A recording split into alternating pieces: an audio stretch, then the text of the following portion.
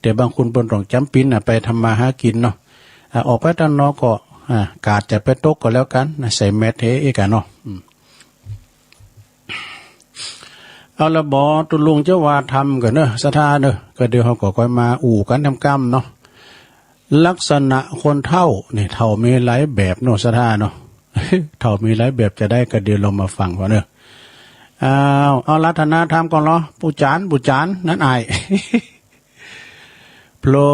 หมเลยต้นอกแอนปราบต้องเต้นวิมานทองทำอันใดดีทะละทะลองตามกองแห่งนักปราชญ์ผู้ข้าน้อยนาฏก็ขออาราธนาธรรมธรรมะธัมมังปัจจังอา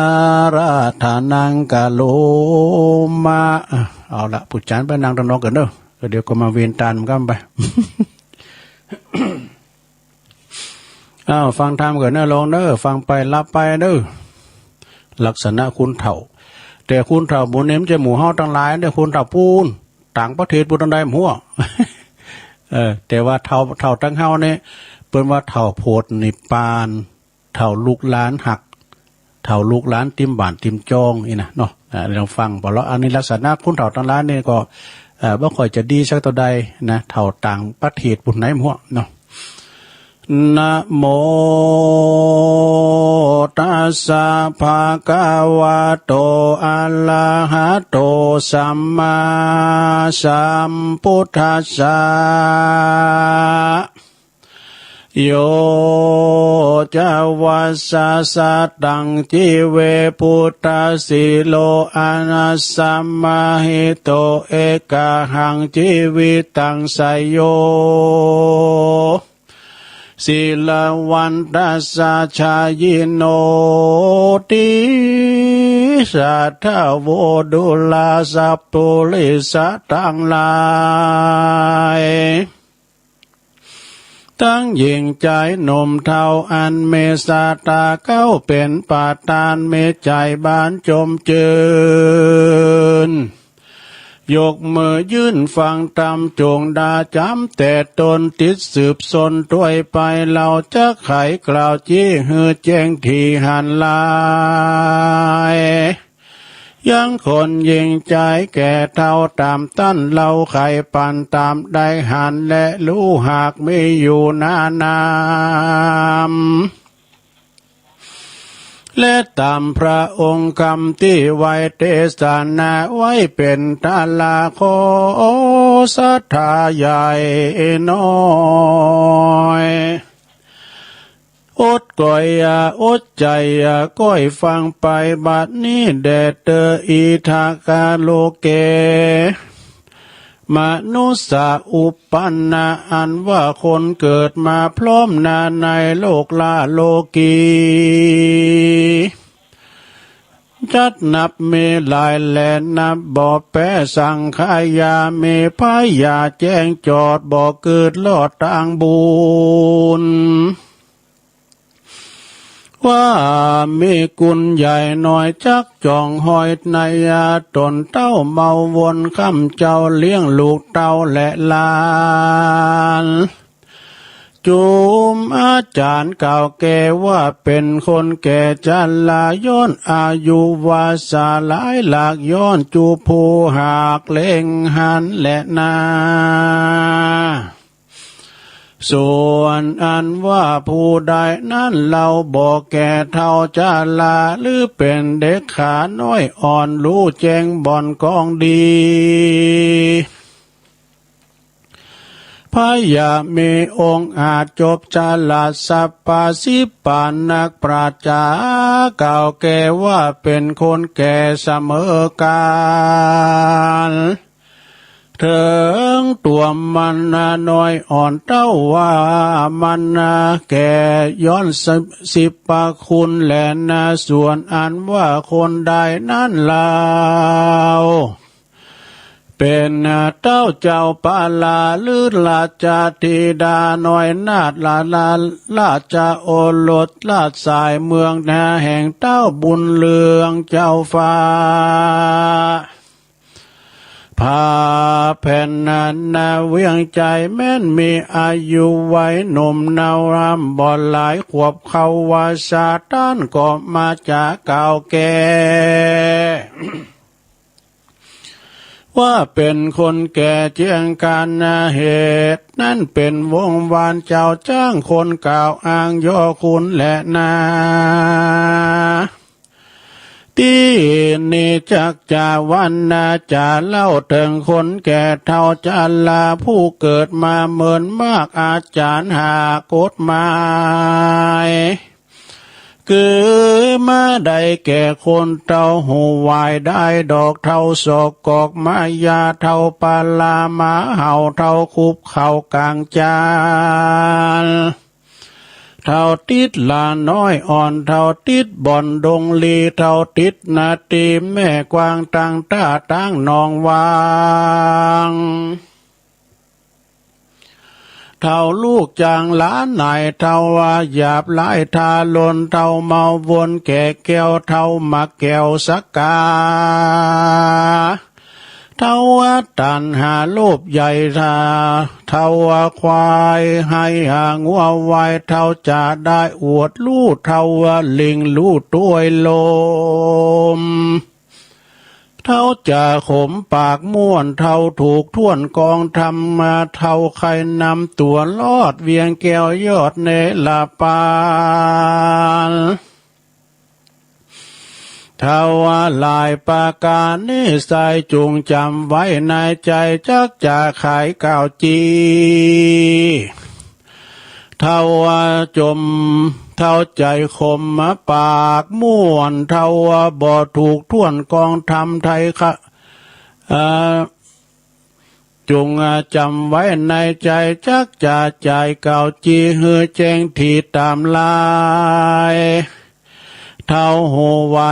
นั้นใส่คือหากมาใดคนโลกไตยิ่งใจอายุหลายแต่เราหูบอกเข้าต่างทาม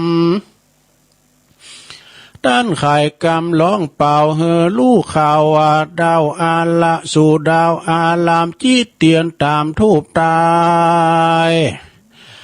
นอบน้อมไว้ปู่จะฟังพระธรรมเทศนาโอวาทรับศีลอาจเจียงคานักหรือกาตามการเปียวว่ากวาดแผ่วยังห่วงแก้วเจียงจีสังกุติมีบ่อน้ำวิหารพร่ำศาลามันก็มาจะตอบตาว่าการบ้านคาเมลายตั้งวัวควายเป็ดไก่ตั้งกันไล่และก่อการนาจากงัดดุมลายินยากเยี่ยวมันหากสูญหายลูกหลานตั้งหลายยังแถวเขาก็ไปแอวแดนกายบ่มีไผสักผู้จักเฝ้าอยู่เกหาดกันจักไก่กาเตียวต้องพาเข้าสู่ห้องอาลามใจบอดตามตัวเก่าจักใดบุญเล่าสันใดสู่จุงไปก่อนคาถึงเมื่อหน้าวันลูน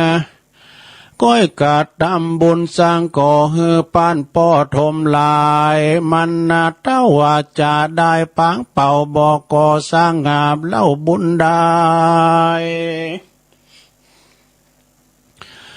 ยามตั้นขายก่าวถอยว่าเมปล่อยจ้อยและซอมันก็มาใจปอดจื่นสูรีบหลังลู่ตัวไปมีการใดละไหวโคดเข้าใกล้วงในกันว่าบทใดทีแจ้งทีถูกตัดที่ใจตนตบมือสะสนโหดลองเสียงมีกองอาณาเท่าหูนาฮึกหยาบมาทำบ่อสาลาบเถิงหูบ่อไปจูอาวาสเพื่อสันนิบาตฟังธรรม ต เต้าลงลำอ่วงคองอยู่ในแต่ห้องเกหานักปราชญ์บอกเล่าว่าเป็นคนแก่เท่าหูวายนั่นแหละนาเท่าใดดอกนั้นใส่คือหากมาได้ ท่านว่าไว้เป็นหมายว่านับมีหลายบ่อพรนาตัวแก่ย้อนกินข้าว ตัวทวายย้อนเกิดมานานทำบ่อปานนาของข้างอยู่ในห้องหัวใจสินดวงใสหาแปดบ่อใดกดแขวดในตนเต้าเมาวนเลี้ยงใส่บ่อเกิดไข่อาเวจีต้านไขวาติกาอูว่าเป็นทะเฮือใดลู่สินทำมันก็มาไข่กำขมแป้ว่ากวยบ่อแก่เติงตาละจักปกปันอุกไว้ก็บ่อาจสุขใดดังใจกินลงไปยินยากฝาดติดปากนานน้ำกองสินธรรมนั้นใส่ตั้นบอกไว้หลายปาการค้นสมปานบอกแก่อย่าไปแสหาแสวงหาอย่าใจแสแสวงหามันลวดลาสาป้ามาดบ่เกิดขวาตั้งบุญบ่ลูกคุณพระเจ้าอยู่ปางเป่าได้นักปัตนาจารหลายจี้บอกว่าเป็นเท่าศอกกอกนั่นแหละนะเท่าศอกกอกมายาคือคนจาลาแก่เท่าคือกึดเล่าบอกกึดเล่าเทิงตัวผมยังหัวก่อมมาปองออกปั่นดำแดงออกพับตนเต้ายังเมาวนเล่นแอวกับหมู่เบาแถวใจลามหันสาวงามน้อยอ่อนก็มายาคิวล่อมายาแสงไข่จ่าตอบทอยมีบ่อน้อยนากันว่าสาวเครื่องการ้องด่ามันก็บ่อโคตรกาเครื่องขี่ซ้ำใจดีจื่นสูหัวร้องอยู่เนื่องนานก็บ่เกิดหันตัวเก่าก็บ่เกิดเล่าถึงสังขารสินและตานมากน้อยก็บ่จองห้อยตัวมันจักไปสวรรค์ยินยากนันลกหากเป็นไม้แล่นนาเท่าปาลาหมาเห่าก็คือคนเท่าเมากินเต้าเมาวินบ่เหือดใครกินลาบเลือดป่ายำลูกเมียกาดตำแต่งไว้ยังพักไม่นามันบ่อหนาเลี้ยงสายมันก็ว่ากินบ่อได้ไกลคอกินบ่อปอถูกโลกมันจ้างรู้จกเวทนากันว่าต้านจาก่าวตานว่ามีจีนป่าอยู่บ้านแดนใดป้อยมีใจชื่นสู้เล่นไปสู่เลี้ยวปันจุมมาหันเห่าสาวตามด่านดาวมันไปคนไกลน้อยใหญ่พอจำได้สัญญาว่าการจุมมาเห่านั้นนาเที่ยงมีปู่เท่ามาจูเพื่อพอดูจิ้นเนื้อตามไฟเอื้อใจมาละเงินบอดตันแปะไว้ก้อยใจใจไปลุนส่วนว่าตังบุญน้อยใหญ่น้อยบอดไฟห้อยถามหา เท่าปาลามาเห่าเมดังนี้เราเป็นไม้แหลนาเท่าคุบเข่ากลางจานละคือเท่าเจียงคานจูผู้อันตั้งอยู่ตามธรรมมิใจใจบ่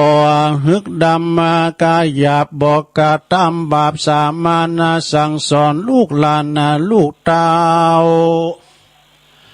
ตามแบบเบากองดียามเดือนจีปีใหม่มาลอดควายเติงตันเขาปากันมาเฝ้าขาบนบเก้าสู่มาด้วยบูผาดวงดอกไม้ของเครื่องใจครัวใบต่างอาลัยไฟห้อยบอลลาทอย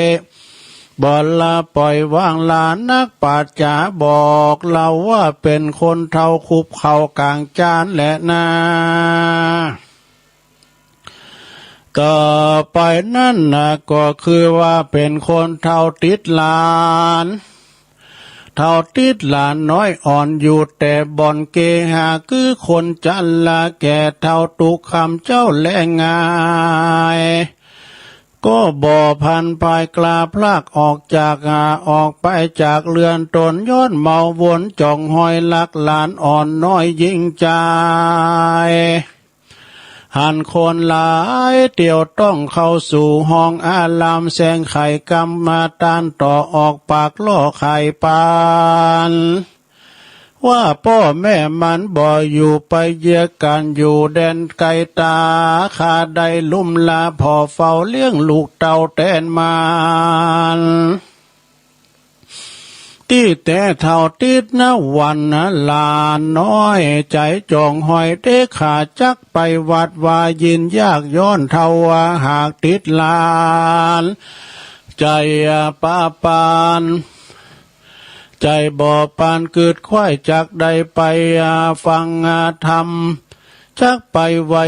ฟังธรรมหันคนนานนำหนุ่มเท่าไปฟังธรรมมากเต่าลวงลายยินละอายจะหมู่เอาหลานเป็นกู้ด้วยไปเฮือหลานเตรียมใจร้องไห้แสงโขดไม่เครื่องกาลีบตาแล้วก็รีบลาเจ้าหมู่นี้มาสู่เรือนตนเท่าเมาวนดังนี้ชื่อว่าเท่าติดหลานนั่นแหละนาเท่าติดดงดานน้ำมานั้นโสดก็คือคนเท่าใจโหดปาลาแบ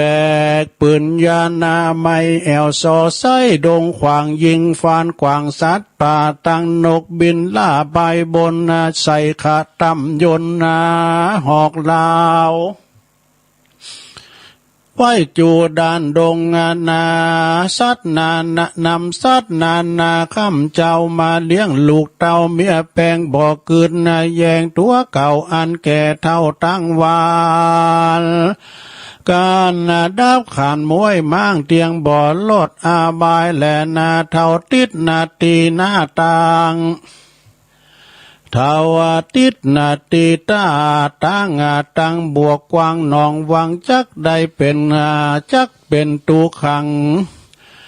ขังเอาใบในโลกไตสงสารวิบากปานาตอบใจบ่ได้เป็นวิบากปานตอบใจบ่ได้พ้นง่ายแต่ดีหลีแหละนาเท่าว่าลูกจังหลานนายคือเท่าสวกไล่ทาลนด่าลูกตนบ่ราขาดใจเฮาหาดปาลาหันสังพิษตาต่อทอยกำมาปากย่อยจะหลายด่างัวควายเป็ดไก่พดมาใส่พุทธาจุเวลาข้ามเจ้าจูข้ามเข้าและง่ายภัยบ่แฝงอย่าอยู่เฝ้าย้อนว่าคนเท่ากาลีลูกหลานนี่ลีซ่อนไปอยู่บ่อนไกลตาคนนาบ่รู้ก็กล่าวว่าอูเตียนขวัญว่าลูกหลานมันน้อยใหญ่บ่เกิดค่อยถึงกูลที่แต่เท่าทาลุนหยาบลายลูกหลานนี่นายนี่ลานนี่นั่นแหละนาเอาละบ่ศรัทธาญาติโยมทั้งหลายอันนี้เด็กกึ่งเดียวนะอย่าทำกึ่งหนึ่งนะการละวัดตุลุงจะตีดหมดก็มันจะแบบไม่มีเวลาเนาะเพราะว่าอันเปิ่นจะผักกึ่งเนาะนะผักยกแล้วก็จะได้สุอันขอบคุณทางคืนปดมให้กับบ้านทุ่งเรดิโอเนาะทำอันนี้เป็นทำจีว่าลักษณะของคุณเฒ่าเนาะโอ้อย่าทำลายอยู่เนาะทำผักเลยนะเนาะก็เดี๋ยวก็จะได้ต่อแถมนะในช่วงนี้ก็พักให้ก่อนนะสดาก็ได้ฟังกันไปเพิ่นมีแถมวิธีนึงอันนี้ก็ไปทำอย่างเหนื่อยต้องว่าเพราะอันนี้นะ มีทั้งอย่างมาเขียนมาแต่เท่าตั้งหลายเนี่ยนะมันใจเท่าบันเฮาเมืองเอาเด้อเท่าต่างประเทศวันไหนหัวพวกเนาะลูกพระจันทร์พวกมุกแต่ตั้งเฮานี่มีเนาะเท่าตั้งเฮานี่ก็เข่าคุบเข่ากลางจ้านเนาะลูกหลานมานางแวดเฝ้านะเป็นว่าเท่าโพดนิปานเนาะบ่น้อยเพราะนั้นก็ปลงไม่ลงเขานี่นะแต่อันนี้เท่าต่างประเทศเนี่ยพูดอยู่ปุ้นโลกพระจันทร์บ่ฮู้เนาะเด้อแต่ว่ามันกำนะอันนี้แบบเลยอันเท่าแห้งเท่ากาเท่าปานลาหมาเห่าเท่าคุบเข่ากลางเฮือนเท่าเปลี่ยนสารสาเท่านั่งจุกท่ากองกินอันนี้กองกินอยู่ฮะจุกเด้อล่ะเอ้ยcho bó cà này bò giả cái khẩuเลยrồi đeo cái nào xuống đấy bóก่อนผ่ากินฮะนี่เนาะเท่าถือศีลอยู่วัดเท่าบอดตัดลูกหลานเท่าอาหารปากสวกเท่าอวดตัวดีเท่ากลางสันลีเป็นมงเท่านั่งกงสุลาไ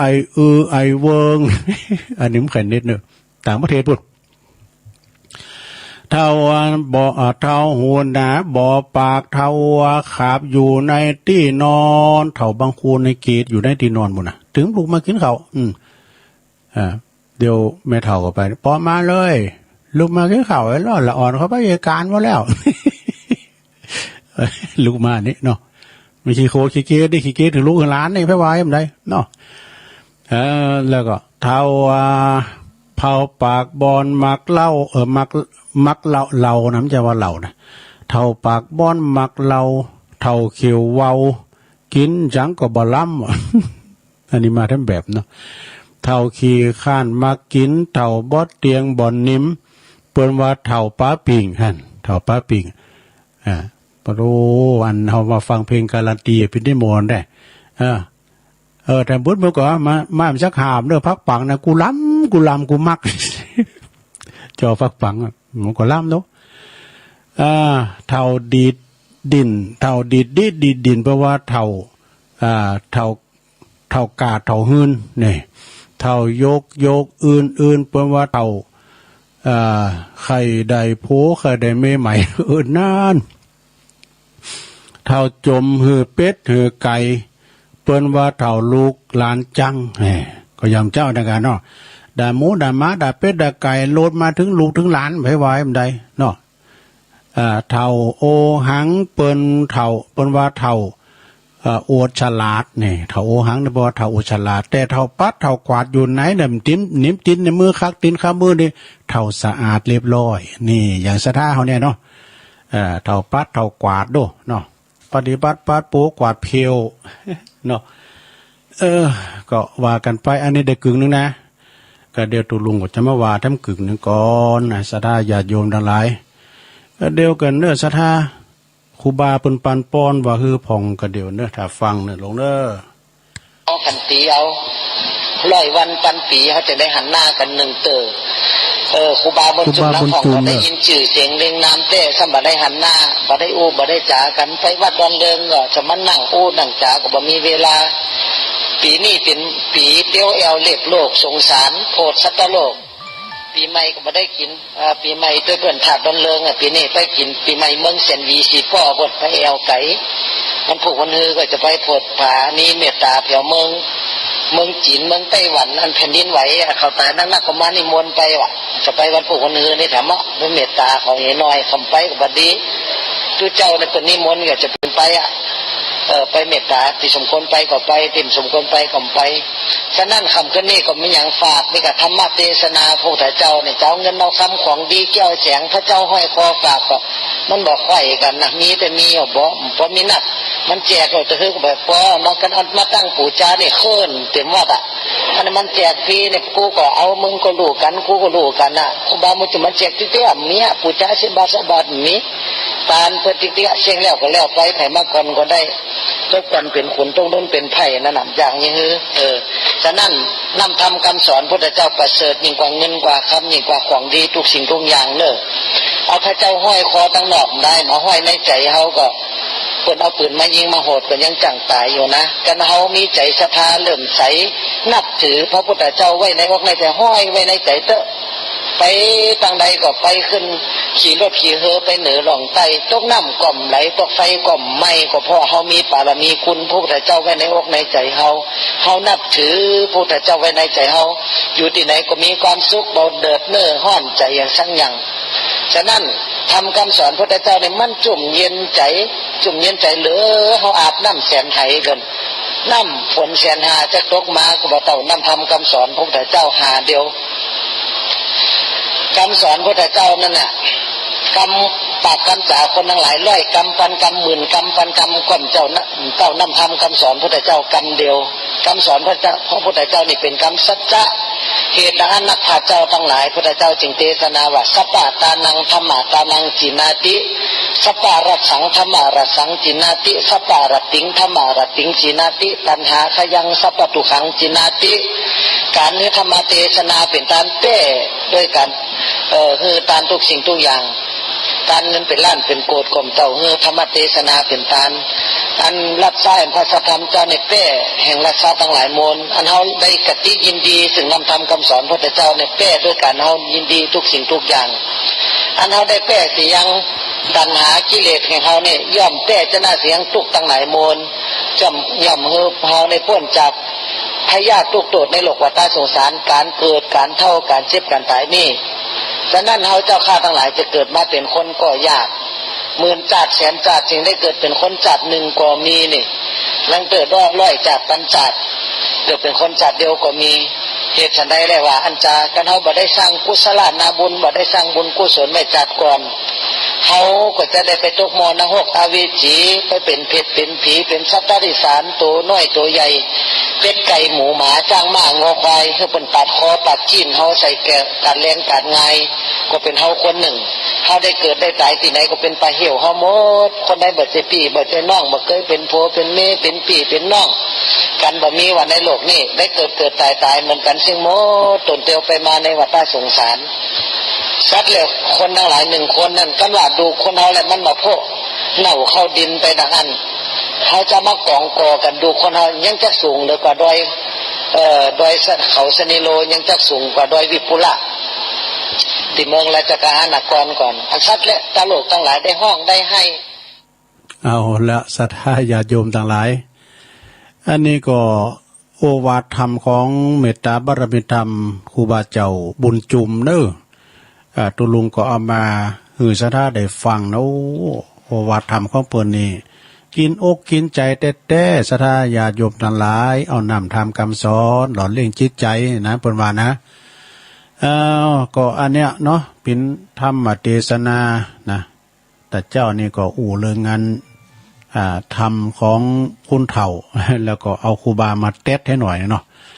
เดี๋ยวก็ค่อยว่าแต้มธรรมก็ยังมีน้ำอยู่นำธรรมคำสอนขององค์พระสัมมาสัมพุทธเจ้าไปทำกรรมเนิ่มเจ้าก็แต่เสียคำก็หับปากเปิ้นแล้วชื่อก็ดีเนาะแม่บุญเรือนนี่กะแม่บุญเรือนนี่เปิ้นอยู่บ้านยังก็บ้านมอนก็ข้อตุลุงเป็นสะพานบุญนะหมออันแม่น้อยบุญโยงว่าวันที่เก่านี่ว่าจะไปที่วัดอันไฟหินอีวะกันไปก็แม่บุญเรือนที่เปิ้นอยู่บ้านมอนแต่ไปตัวอีวะนี่ตุลุงก็ว่าไปแล้วเนอะสังกดตามอันตุลุงมาขี้ลืมเนอะกันฝากห้อมนั้นห้อมนี้จำให้นะอันนี้ก็จดไว้กันเนอะนี่นะโอ้เท่าแก่เลมอนให้ขี้ลืมเนอะเพราะว่าทมุนตุลุงเบอร์คุณนั้นไม่เบอร์ตุ้นนั้นไม่มันได้ล็อกไว้เนอะมันได้ล็อกไว้แล้วก็ปวดโหเนอะอันดาว่ากันหอมได้ล็อกไว้นะขอหน่อยเนอะไอ้น่ะมาขุนหาอย่างเปิ้นโทรหาถึงวันเนี่ยนะตุลุงก็ถึงได้ล็อกนะจับแล้วก็โทรมาญาติตัวย้ำจดมาให้อันนี้ปอกรรมก็มันเป็นศูนย์ก็ไม่หมดเนาะอันนั้นเขาสุมาเนอะกันมาถามเบอร์โทรอย่างนี้นะเนาะแล้วตอนนี้ก็จะเปิดสายก่อนที่จะถึง4 โมงเนาะปอดมเปิ้นก็จะตัดสัญญาณไปบ้านทุ่งเรดิโอขอบคุณปอดมหนักๆเนอะที่ถวายเวลาให้กับพระคุณเจ้ารายการธรรมะ1 ชั่วโมงก็ดีนักหลายแลเนาะตอนนี้ก็ก่อนที่จะยอบยั้งพักคึงหรือว่า ผักโยกเนี่ยก็จะเปิดสายทรงแรกในสักน้อยนะโทรกันเข้ามาในลองนึกรายการตุลุงถึงว่าเป็นรายการหน้าหมูนะก็ช่วยกันตุลุงมดเฝ้าแล้วนี่นะเอาครูบาออกแล้วเนี่ย ก็เดี๋ยวก็มาปะกันโชงที่สองเนาะโชงที่สองก็จะว่าทำทั้งผากหนึ่งนะก่อมป้อยยาวเตาผากแหลกนะก็แล้วก็จะได้มาเปิดสายแล้วจะประกาศข่าวสารงานบุญสักเล็กสักหน่อยเนาะสายแหลกเข้ามาแล้วเฮ้ยตั้งได้จ้าเจริญปอนเจ้าต้องบายเจ้าแม่สีเจ้าเป็นกำลังใจนะเจ้าแม่สีจิตราเนาะจิตราอินเผาท่านเจ้าดีปีใหม่นะเจ้าขอบคุณเนอะแม่สีก็เหมือนกันเนอะขอท่านมีบารมีนี้แก่ๆเป็นจริงๆนะขอบคุณหลายๆดีใจนะเจ้าขอบคุณแม่สีหลายๆเจ้าสาธุอันนี้แม่สีเนอะนี่นะนั่นฮัลโหล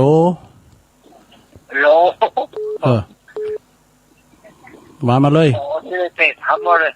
ปวินนะครับปวินสันขินเล็กฟังตั้งใดเนี่ยแม่ฮอดเยอะปนันพันเนี่ยสุมาเด้อเสียงเหมือนปวินปลงวินปนันพันเนาะทาดอนใจเขียนไปปวินเนี่ยแล้วเนี่ยเดี๋ยวทำไมปนันปัน4 โมงถึง 5 โมงปุ๊กอะถึง5 โมงนะกะปนันปันทาดอนใจเนาะอันปนันก็สบายดีเนาะครับผมดีกะโทรมาบ้านเลยครับเห็นดาวไปไหนอยู่บ้านนะเนาะฟังวิทยุไปเนาะวันนั้นเนาะโควิดแล้วกันนั่นอยู่บ้านที่อยู่บ้านอยู่เฮ้นั่นน่ะปลอดภัยที่สุดอ่ะเนอะทำจำเป็นก็ไม่ต้องไปไหนนะอะไรของขอบคุณปนานเนอะสาธุปนานพันเนอะเจริญปอนกับวัดสาข้าวหลองลุงน้องเจเฝ้ามุกเอาถ้าช่วงแรกเฝ้ามุกกับเอาก็ใส่ก็ได้กะได้กะเพิ่นจะมีทำเตียอยู่จบเตอถ้าเฝ้ามุกนั่นไหนเอาก็ใส่เลยช่วงแรกอ่ะเจฟังจ้าปีใหม่ตัวเด้อแฮปปี้โนเกียกันเนี่ยเจอสบายดีกะจะเป็นสวัสดีปีใหม่ตัวลุงไปเด้อแต่กะวันไปเอาหลักมาล่ะครับ4 โมงจะปล่อยครับ4 โมงไปหับน้อมบึดจะได้ฟังเด้อทำคำบึดนะ2 ทุ่มถึง4 ทุ่มธรรมะของ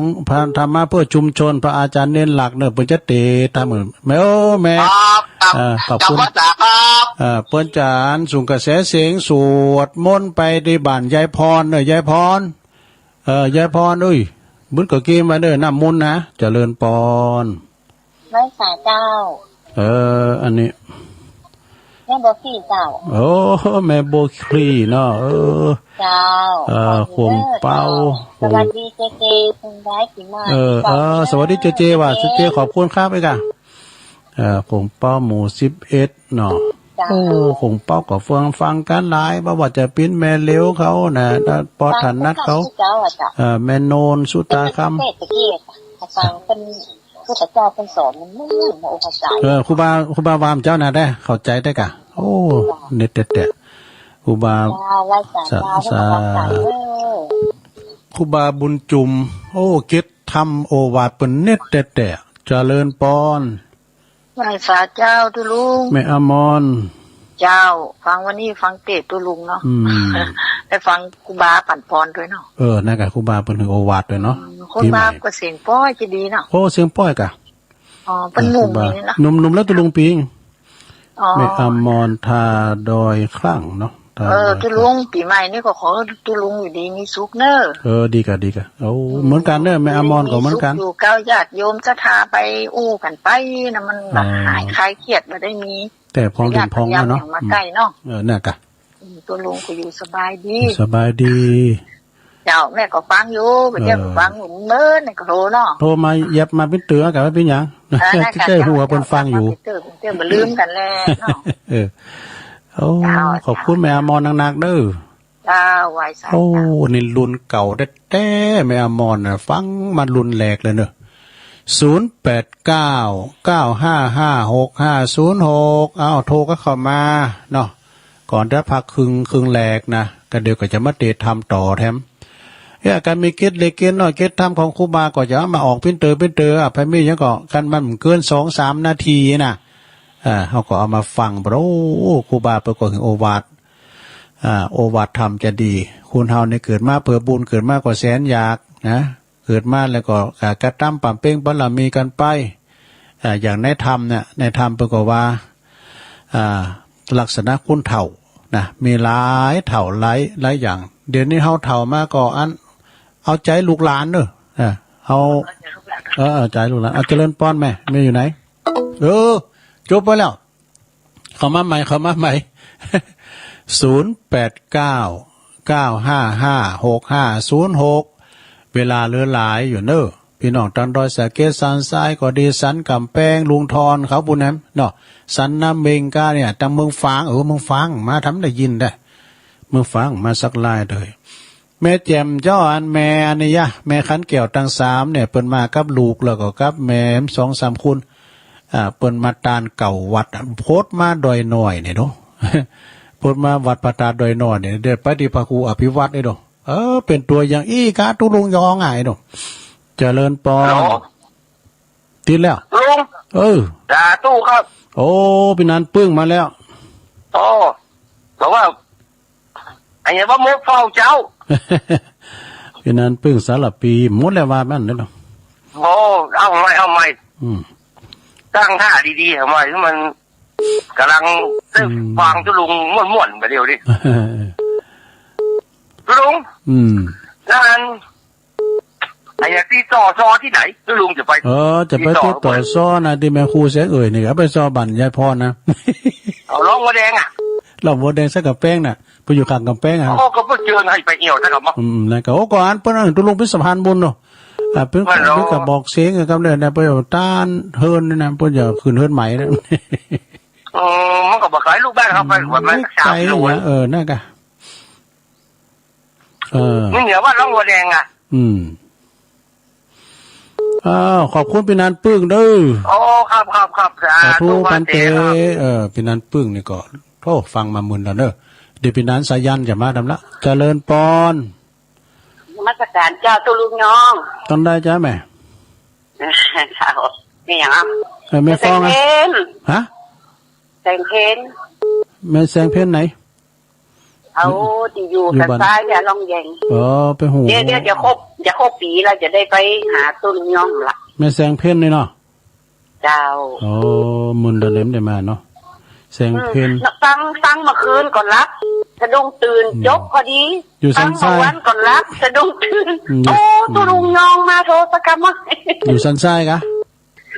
เจ้าสันทรายเนาะไม่ใช่สันน้ำเองเนาะอยู่สันทรายแม่แสงเพนสวนบุญสวนบุญนี่เจ้าที่จังไปตานวันเกิดที่แล้วนะดูไปแล้วไปถึงวันเกิดแถมละสันทรายเนาะเจ้า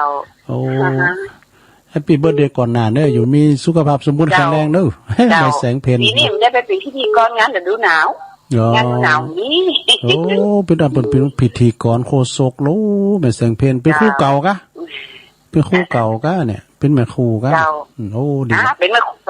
คู่ไม่ใช่เป็นคู่แม่โคเขาเป็นอุดรไปปิ้นนี่เด้อเนาะแล้ววันนี้ปิดจะได้มาออกกันไหนนะ110เนี่ยแล้วว่าอาจารย์เปิ้นเสียงบัดดีเตอตุลุงแตนไปก่อนเดี๋ยวนี้104เปิ้นฮับฟัง104เนาะยินดีแม่แสงเพนบุญรักษาส่วนบุญสันทรายสาธุวันที่8ทำงานวันที่8ทำงานขอเอื่นบอกเจริญปอนมึงฟังได้แม่จันสมกรรมการเจ้าแม่จันสมมาแล้วมึงฟังได้ยินอยู่เนาะอันนี้หมันขนาดได้แต่ทำก่อนนี้หมันขนาดเดี๋ยวถ้าฟังตอนที่2อยู่ในเจ้าฟังติดตามตอนต่อไปหลังกาดไม่อาจารย์เนี่ยเอาครูบาเจ้าวุ้นจุ่มออกเมื่อแถมน้อยอยู่ได้มันตึกแล้วตึกอันนั้นกะคลิปเปิ้นได้หรอเปิ้นอัดมาที่เปิ้นตอนน่ะก็วันที่5นี่เป็นวันเกิดเปิ้นเหรอฮะ วันที่5วันเกิดของครูบาเจ้าบุญจุ่มโอ้5เดือนมกราน่ะเจ้าโอ้จะได้ไปอยู่ก็อย่าว่ามันใจละผมไม่ได้ไปจะนักเหรอก็ทุกคนได้ไปดูวันที่5เนี่ยไปไหนตั้งไหนไปประชุมเนี่ยที่วัดที่เวียงป่าเป่าอ๋อผู้ได้ไปประชุมมันโดยท่านพระครูอภิวัตได้ขี่รถจีบเกณฑ์แล้วอุ้ยโมนวันเกิดครูบาอนุโมทนาไปเลยเจ้าพระจะนักจัดรายการทุกตนทุกองค์เนี่ยเปิดจะไปประชุมกันดีปุ่นวัดป่าแงะของครูบาสมานวัดป่าแงะ8 โมงกึ่งล้อหมุนพระอาจารย์เน้นหลักว่าจะไปนะแต่เพิ่นมีรถไม่รถหมดเด้อเจ้าเพื่อกำลังใจด้วยเจ้าขอบคุณอาจารย์สมเนอสาธุสาธุนมัสการเจ้าสวัสดีปีใหม่แฮปปี้นิวเยียร์สาธุปุยโฮค่ะเจ้าสวัสดีเจ้าดีเนอขอสุขภาพสมบูรณ์แข็งแรงเด้อเอาบ่เนาะเดี๋ยวเฮาก็ก้อยมาอู่กันแถมเนาะขอบคุณแม่จันสมเด้อแล้วก็ทำงานหนึ่งก็เปิ้นว่าประกาศแรงนี่กรรมเด้อนะเปิ้นฟังกันอยู่วัดสันควงคำเด้อตำบลตาวังเป้าอำเภอสันป่าตองโดยเมตตาบารมีธรรมอาจารย์พระครูสาธรวีรกิจเจ้าคณะตำบลเด้อเปิ้นจะมีการวางศิลาฤกษ์ศาลาบำเพ็ญบุญศาลาปฏิบัติธรรมในวันที่8เด้อวันที่8 มกรานะพุ่มเฮือนเนี่ยวันเสาร์หน้าเนี่ยฉะนั้นก็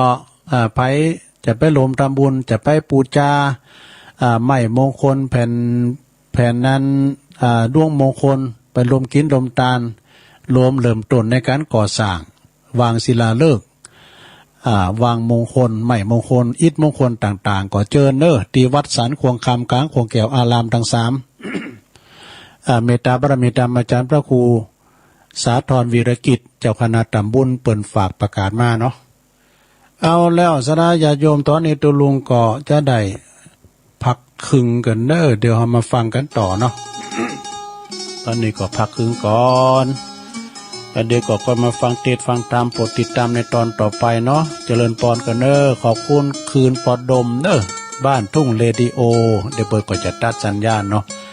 ขอบคุณปอดมอยู่ดีมีสุขเด้ออายุหมันก่อนยืนมีโชคมีใจเด้อเจริญพร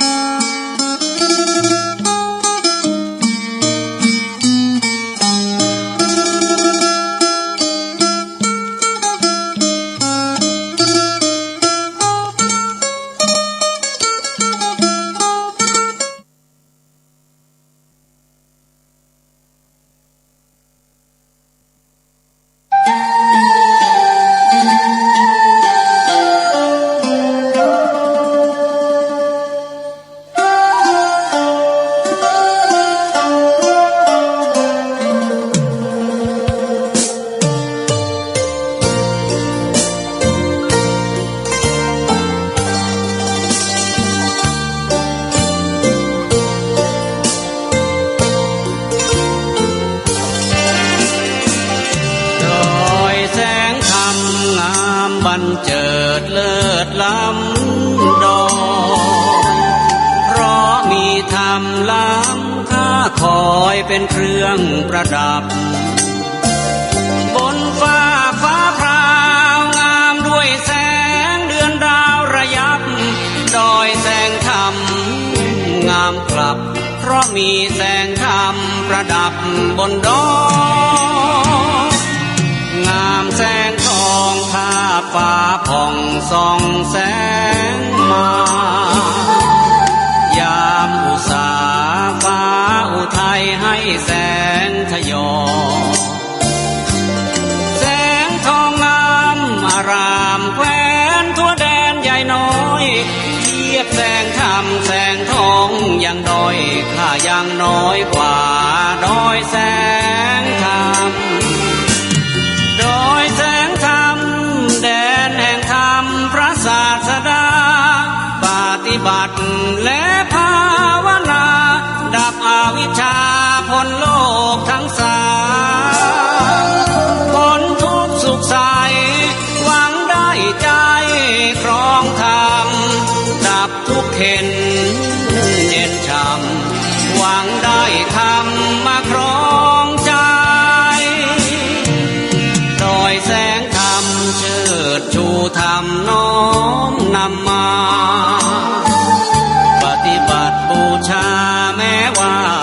ปีนี้ยังปลีได้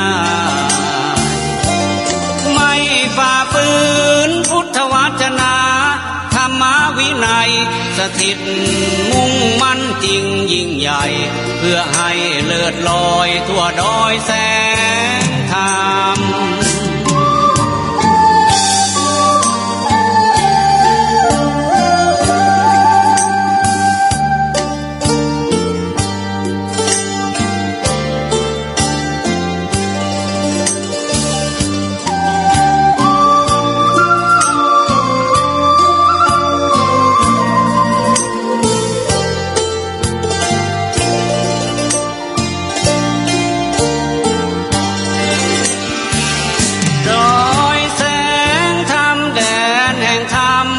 ศาสดา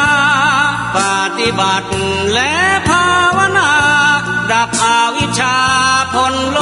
กทั้งสามพ้นทุกข์สุขใส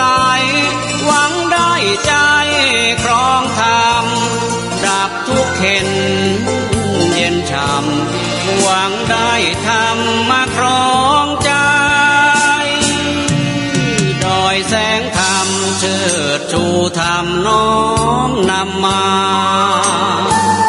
ปฏิบัติบูชาแม้ว่าชีวิตนี้ยังปลีได้ไม่ฝ่าฝืนพุทธวจนะธรรมวินัยสถิต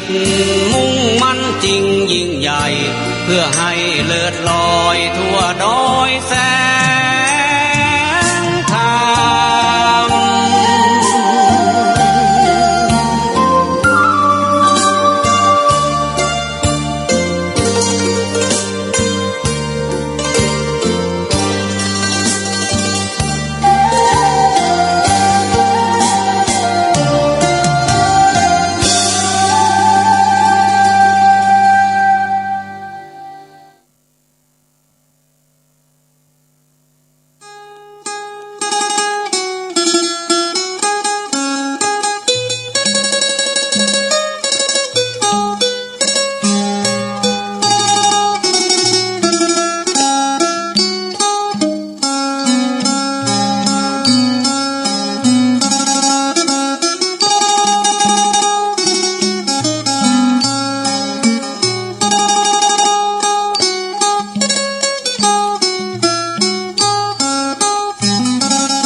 เอาแล้วศรัทธาญาติโยม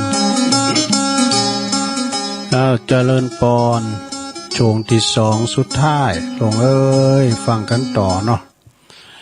มาปบมาปะกันแถมโชงหนึ่งซึ่งเป็นโชงสุดท้ายก็จะได้เตดนำเตดธรรมให้ศรัทธาได้ฟังแถมผากหนึ่งเนาะลักษณะของคุณเฒ่าให้ศรัทธาญาติโยมทั้งหลายได้ฟังไปเปิ้นก็บอกว่าศรัทธาต่างงานสถานีวิทยุเฮานี่หลายสถานีเปิ้นออนไลน์ไปแต่ว่าตุลุงก็ได้รับมอบหมายอาจารย์พระครูก็ว่าบริหารไปก่อนเพิ่นก็ยังปรับปรุงพังรายการปิ้นตีแน่นอนแต่เนาะหลังจากที่ได้รับเมตตาครูบาอาจารย์เปิ้นเตกลางวัดสาจนถึงสิ้นสุดปีด้วยความเกรงใจอาจารย์พระครูก็เกรงใจเปิ้นตุลุงน่ะเปิ้นช่วยเฮามาถึงขนาดสิ้นปีแล้วนะเปิ้นก็ค่อยปรับปรุงพังรายการทำกรรมแต่เปิ้นเสียงบ่ค่อยดีตัวเนอะวางพองก็พี่น้องตะเมืองฟางไม่อายบุนะ บ่ได้ยินเปิ้น2 วันแล้วนะไอ้โดการเสียงเปิ้นนั้นไข้หายไปหน่อยเนี่ยเปิ้นก็ตั้งแต่ไปปุ่นก็สวดมนต์ข้ามปีเนาะสวดมนต์แปลทำเนี่ยทำวัดแปลทำเนี่ยตุลุงอยู่ทั้งนี้ก็ฟังบ่นะแล้วขึ้นว่ามาถึงก็ไปเตดปุ่นไว้เนาะไปบรรยายธรรมที่หันที่นี่แล้วเปิ้นก็ไม่ได้อย่างนะก็ต้องขออภัยเนอะเพิ่นก็คือตุลุงบริหารเวลาไปก่อนนี่นะนั่นก็เฮาก็คอยฟังคอยว่ากันไปเนอะศรัทธาเนอะอย่างท่านน้องเกจีวานะคะมันมีอย่างเปิดสายแล้ว ก็มันก็จะเกินไปเนาะก็มีอยู่ตุลุงก็ว่ามดเฝ้าแล้วเนอะก็ว่าไปได้เนาะก็มีหลายอยู่กูโตทำตุปีสมเพชรเขากาทำตุอุ่ยเขาแม่กิมหลันเขาเปิ้นหอมมาเปิ้นฝากมานี่ก็ทำหมดนี่กับเมื่อวานในทำดูทำเจ็ดแต่งเขานี่เนาะมาหือวันหายงอมหายงานไปอย่างทำลักษณะคุณเฒ่านี่ก็ท นี่โดนน่ะซะนะเปิ้นก็ทำแต่เนี่ยนะไม่ใช่ว่าเอาไปแต่งกันหรอกเนาะมันออกในธรรมเป็นลักษณะคุณเฒ่ามีหลายแบบเนี่ยไปจี้ดู อันนั้นก็กระเดียวตุลุงก็จะได้เตะทำผากนึงกันเนอสถานเนอกระเดียวก็จะมาประกาศข่าวสารงานบุญวันที่เก่าที่11อย่างนี้ไปแถมนี่นะเนาะกระตุ้นนะแล้วก็วันที่17จำกำนะ17มกราเนี่ยเป็นวันเดือน4ปิงเนอที่วัดกลางขวงแก้วอารามทั้ง3วัดเหล่ายาวใต้ตำบลเหล่ายาวอำเภอบ้านโฮงเปิ้นก็จะมีการส่งน้ำพระธาตุประจำปีจัดภายในเด้อก่อนในปโตเปิ้นมีอีเกกับปโตอีเกบ้านเปิ้นก็มีดูเนาะอันอีเกบ้านเปิ้นก็มีแล้วก็มีแพวมวยแพวแข่งกองแพวย้อนยุคเอกเดี๋ยวนี้ก็เปิ้นจัดจัดภายในก็ปีที่สงฆ์นะสถาวัดเหล่ายาวไต่นี่เปิ้นมีกุปีเดือน4ปิงนะเดือน4ปิงจัดมาได้เมื่อสมัยครูบาแล้วเนาะครูบาปิยะนะครูบาแล้วก็เดี๋ยวถึงทางแถวเดี๋ยวนี้ก็ยังมีอยู่นะแต่ว่าเปิ้นจัดภายในเนาะเอาละเนาะอำผากนี่กันเด้อซะได้เด้อเดี๋ยวก็มาอูมาจากันเนาะต่อไปเนี่ยพิ้นเถ่าให้เราฟังดูอ้าวเถ่าต่อไปโอ้เถ่าหยาบไล่ทาลนเนอะ เท่าหยาบหลายทาลนคือว่าคนเท่าคนนั้นใจก็บ่เกิดไข้สัญญาบ่พิจารณาตัวเก่าว่าตัวแก่เท่าตั้งวันบ่เกิดฝันต่างลอดลุมาตุมลาต้อสินทำเต้าว่าเป็นเต้ากาทำบาปสาวคือข้ามมาคางัวควายหมูมาขายเลี้ยงใส่ตังเป็ดไก่ปูปลาบ่อขุนนาไฟหอยยังสัตว์ใหญ่น้อยเตรียมมาเตียววาดินบ่ออาจินกึดลอดยังเวนขอดป่าปากาม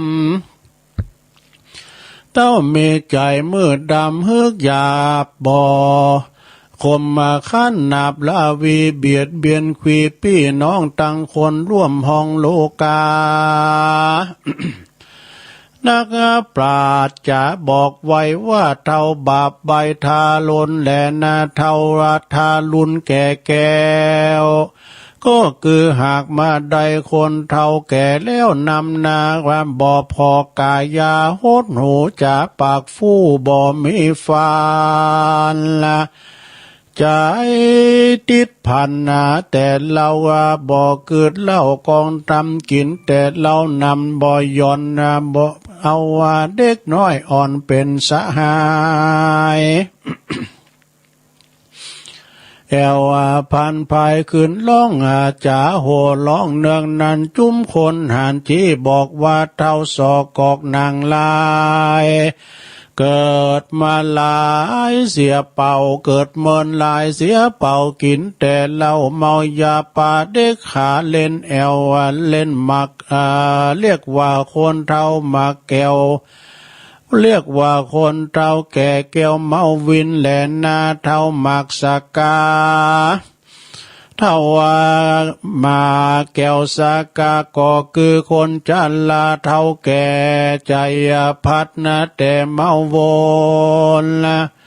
การเลื่อนตนละไว้บ่ใจใส่โทตำสวะวางตำหนีแอวเล่นบาเกียวสกาตั้งหูดาฟังข่าวซบอยู่ดาวแดนใดงานเมไหนลู่ไข่บอกว่าไกลแหลกกายรีบเร็วไวไปแอวเล่นมาเกี่ยวกันปันพันนันจับรางวัลก็ได้ปอเลี้ยงใส่กายารางวันนั้นป้ายการขายของที่บ้านตวยไปลูกหนีไก่ลูกเนไก่แนงนายเมียก่อป้ายเนหายเนเข้าของเมน้อยใหญ่บ่เว้นไว้อันใดลากนำไปบ่จะเพื่อไปประต่อตาปันผานาน เข้าของจูอันใหญ่หน่อยลูดกากาดก้อยหายสูญปังไปลูนเมื่อลาบ่มีเสื้อผ้าติดตัวและนาเท่าตันหาโลภใหญ่ก็คือหากมาได้เท่าว่าพร้อมไขว้เงินคำเข้าของงานนำหลายแหล่บ่เอาแผ่เตตานนะตั้งอาหารคำเจ้ากินนะแต่เข้าได้จิ้นป่าลายกองกาดก็บอกกึดขวาเถิงจ่าเถิ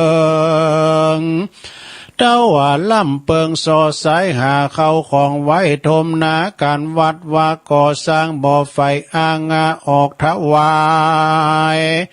ย้อนวิบากลายปางก่อนมาไล่ตอนตวยตันยำตับขานมวยมอดบอดได้กอดด้วยไป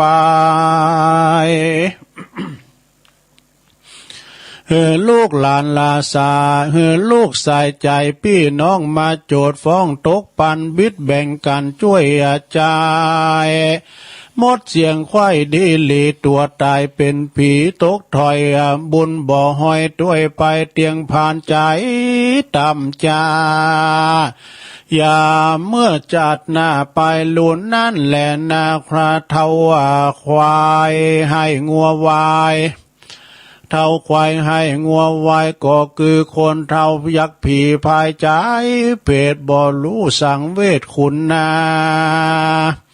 บ่มีเมตตาก่อเกือบ่ไฟเอื้อกองทำมิใจมืดดำหยาบจากาตำบาปกาเลือลายข้างวัวควายรำบ่อเหือดมือเปื้อนเลือดตังวันใจมืดตันใบบอดบ่เกิดลอดหันกูลว่างัวควายหนุนจากลากเขาของมากนำนาตั้งไถนาสวนไล่บอกว่าไกลและกายมันป้อยมีใจกำเศร้าคาลูกเตาขาเลี้ยงลูกเตาเมียตนจับหลังคนนั้นใส่เยะนาควายบัวละมวนก่อจักจวนเจ้าหมูมาฆ่าควายสู่ซุมการบ่กึดหันตุ้งกวางแม้ว่าควายช่วยสร้างเผื่อไทยกำจังไหลหยาบไล่เตียงตอบสายตัวตาเตียงตอบสายตัวตันนั่นแหละนาถ้าว่าจะได้อวดลูกก็คือเท่าว่าขี้อูจะลาย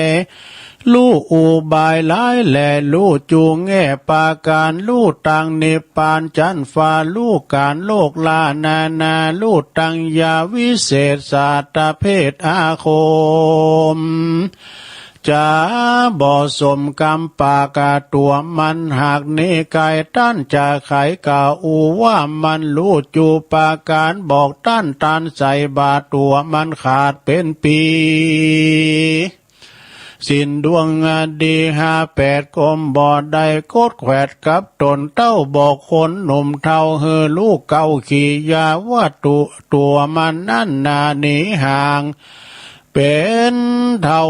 เป่าว่างจะได้และนาเท่าลิงลูดตัวยลมนั่นก็คือหากมาได้คนเท่าบ่สมกับเท้าบ่กึดเล่าปิดจาลันนะบ่มีพายาสันส่องแม่นจ้องกองดีเท่าขาต้านไขวัดจี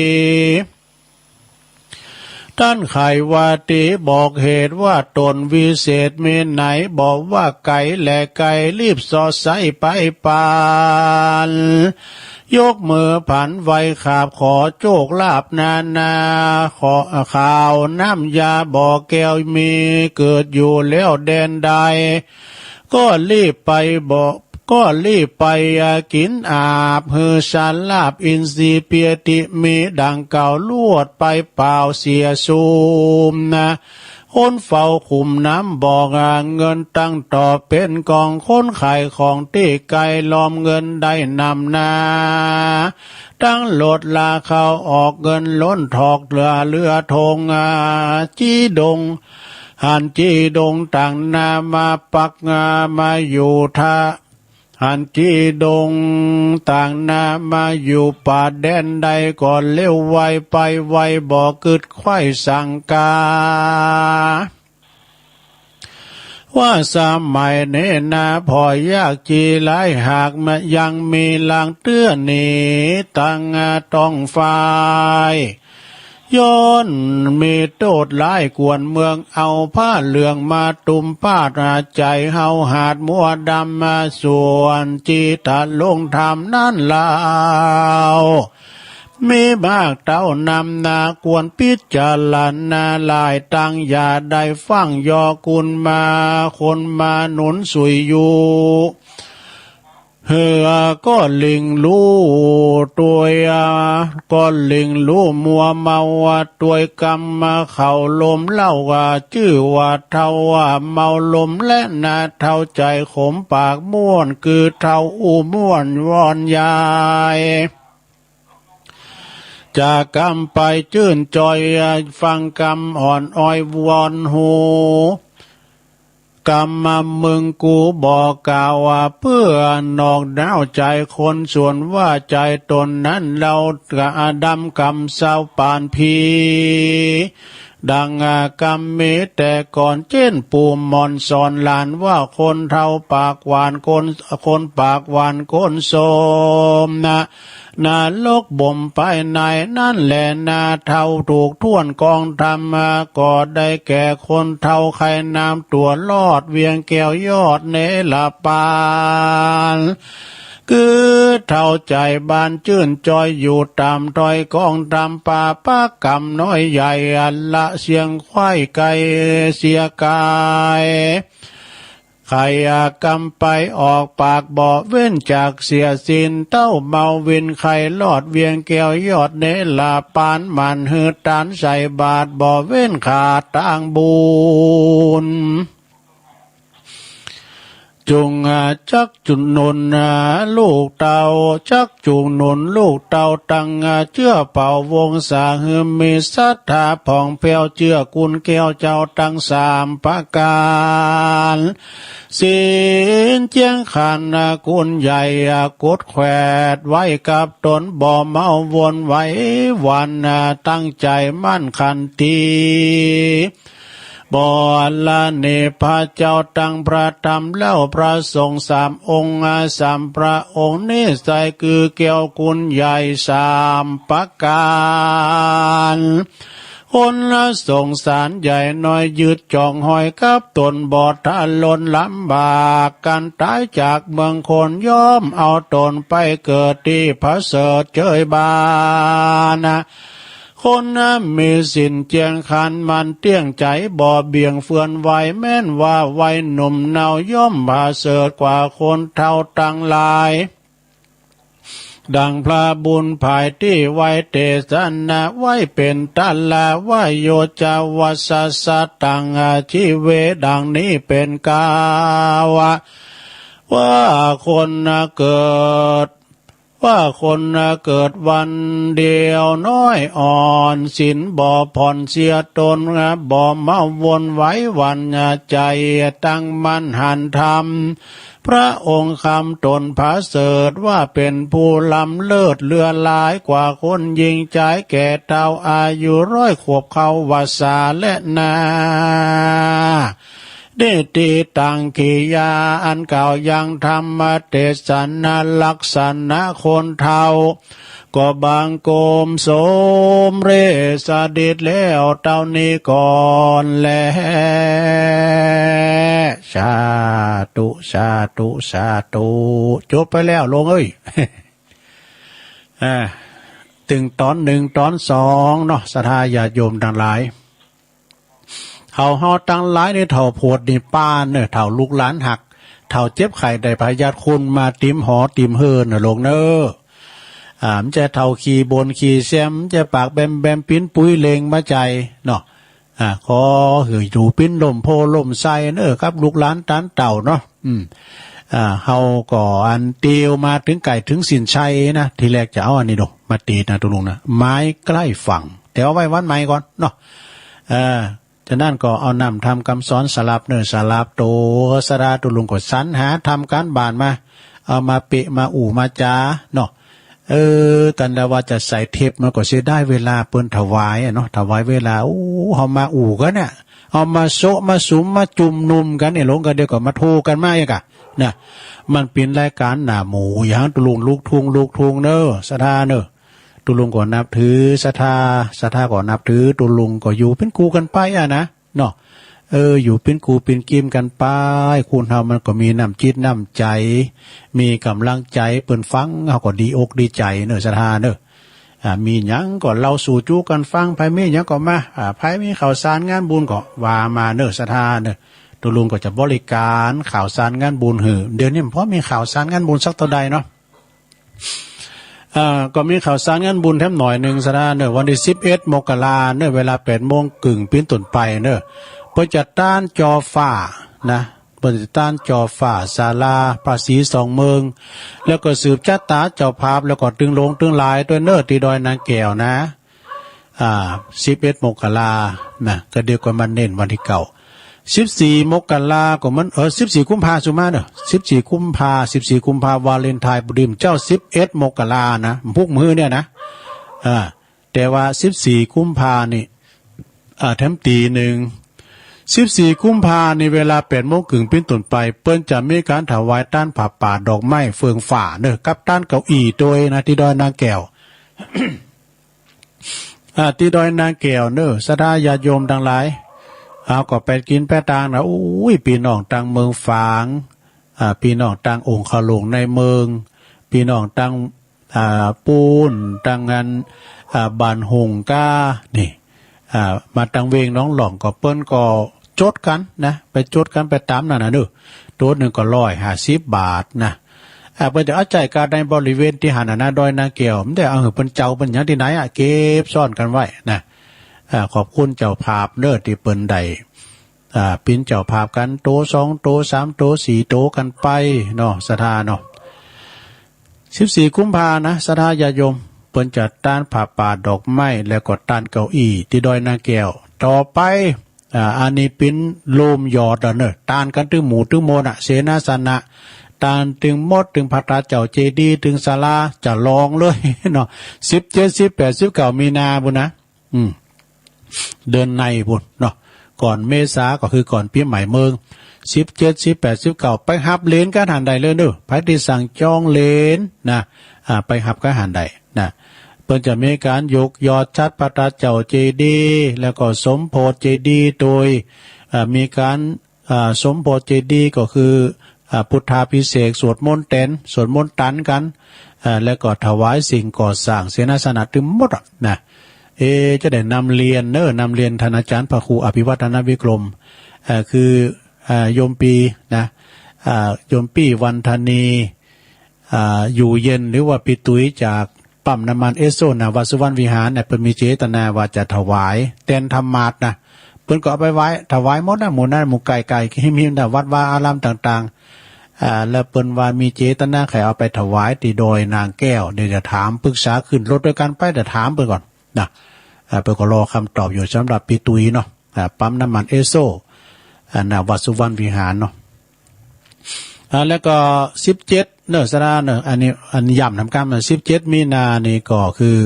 ประจะมีการพุทธาภิเษกนะแล้วก็สมโพธิยอดชัดเริ่มตั้งแต่17 นาฬิกานี่ก็ตลอดคืนสวดเบิกด้วยเบิกเนตรพระเจ้าด้วยนะคล้ายตาพระเจ้าด้วยวันที่17ปุ่นนะแล้วก็วันที่18 มีนานี่ก็ยกยอดชัดเริ่มตั้งแต่ 8 โมงถึงบ่าย 2 โมงนะเปิดโอกาสให้ประชาชนไปปูชาผ่าแพรเนอะผ่าแพรเจ็ดสีมณีเจ็ดแสงนี่นะแล้วก็ไปรับเหรียญภาษี2 เมืองนะเหรียญสีภาษี2เหรียญนี่ก็เปิ้นไปปูชาผ่าแพร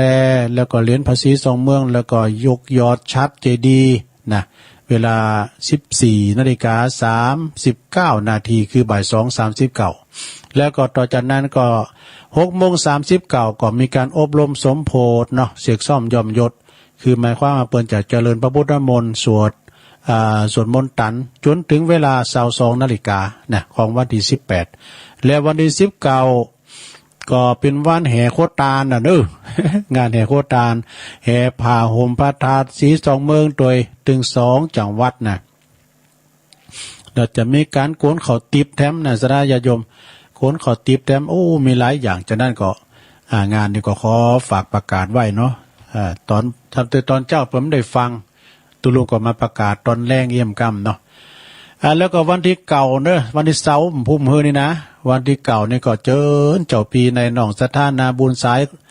สายบุญต่างๆเนาะที่เราได้ฟังกันถึงมือถึงวันก็ย้อนวิทยุนะย้อนวิทยุตึงคณะพระสงฆ์ทั้งหลายเนี่ยเพิ่นจะไปตาลผ่าป่ากันที่วัดฝายหินเนอะคืน104.50นี่นะองค์ขลงในเมืองนี่ก็มาเนอะมารวมทำบุญกันแล้วแต่เจตนาโดยเฉพาะคืนวันที่8นี่เพิ่นจะมีธรรมะคลายเครียดนะโดยดำเนินการด้วยคุณโยมพิสมัยสุริโยดรนะเพิ่นจะเป็นผู้ดำเนินรายการธรรมะคลายเครียดแล้วก็เป็นประธานในการตอดผ่าป่าสถานีครั้งนี้ด้วยนะจะต้านห้องส่งได้เนอะห้องส่งใหม่นะเนาะสำหรับเวลาวันที่เก่านะก็9 โมงนี่ก็ประมาณ9 โมงพระสงฆ์ทั้งนั้นก่อนที่จะได้เจริญพระพุทธมนต์เนอะเจริญพระพุทธมนต์นะแล้วก็พระอาจารย์จะได้กล่าวเว้นตาลถวายเครื่องสู่ห้องส่งใหม่นะฉะนั้นก็ไผได้ไปก็ดิ้มได้ไปก็ขออันส่งหรือว่าจะฝากกันไปก็ได้นะตีวัดฝายหินเนอะในวันที่เก่านะพุ่มเฮือเนี่ยกะนะ ก็ไปกินลมตาลด้วยกัน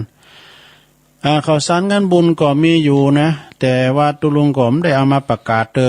นะโดยเฉพาะก็งานตังแม่อายก็ดีงานก็ตั้งแต่วันที่1ที่2ไปก็แล้วไปจะไล่เหมือนกันเนอะต่อจากหันก็จะมีแฮมกัมก็งานประเพณีแต่ว่าเอาประกาศไปก็คือว่าเป็นการกระตุ้นไผได้ไปไม่ได้ไปก่อนเป็น3เพราะว่าเปิ้นจัดกันระหว่างภายในวันนั้นนี่ก็เปิ้นก็จัดที่วัดดงหลวงนะดงหลวงนี่เปิ้นก็จัดกันภายในเหมือนกันนะตุลุงตามกุปีก็ไปนอนบนนะส่งใต้ปีเก่าตอนรับวันปีใหม่พุ่นเนาะ แล้วก็ที่วัดนองโยงแถมเนี่ยไปก็จัดกันไปเนาะเปิ้นพร้อมกันเปลี่ยนศักราชเป็นพศแต่ก่อนนี่เปิ้นมีไปแข่งกองโลงพุ่นเนาะแต่เดี๋ยวนี้ก็จัดระหว่างภายในกันนะ แล้วก็สำหรับคืนนี้ก็ไปลืมเนอะสดาญาโยมเนาะคืนนี้ก็ฟังรายการธรรมะเพื่อชุมชนเสนอหรือว่าดำเนินรายการโดยพระอาจารย์เน้นหลักปัญโยนันท์เนาะเปิ้นก็จะมาเข้ารายการกับน้องเจก็เวลาก็ประมาณว่า20:00 นเป็นต้นไปถึง4:00 นเนาะแล้ววันพรุ่งนี้วันพุธนี่ตุลุงตึงมาเต้นเนาะก็จะมาจัดรายการอยู่นะปู้นส่งกระแสเสียงไปทางเวียงป่าเป้าในวันพุธทุกวันพุธนี่เปิ้นมอบหมายถวายเวลาตุลุงนะท่านอาจารย์พระครูอภิวัฒนาวิกรมวันพุธนี่ก็ดำเนินรายการตั้งแต่เวลา 6:10 แล้วก็จนถึง 1 ทุ่มนี่ก็ย่างฟังข่าวกรมประชาสัมพันธ์ฟังสวดมนต์ก่อนทุ่มกึ่งก็ถึง2 ทุ่มก็เข้าแล้วนะเข้ารายการช่วงที่2ก็ทุ่มกึ่งถึง2 ทุ่มกันต่อไปอันนี้ก็เป็นผังรายการตุลุงที่ประจำนะที่วันพุธนี่ก็จัดกันหลายตุนนะซะนะวันจันทร์วันการก็ตุปีพระปรัตน์ณัฐพงศ์นะกับน้องไน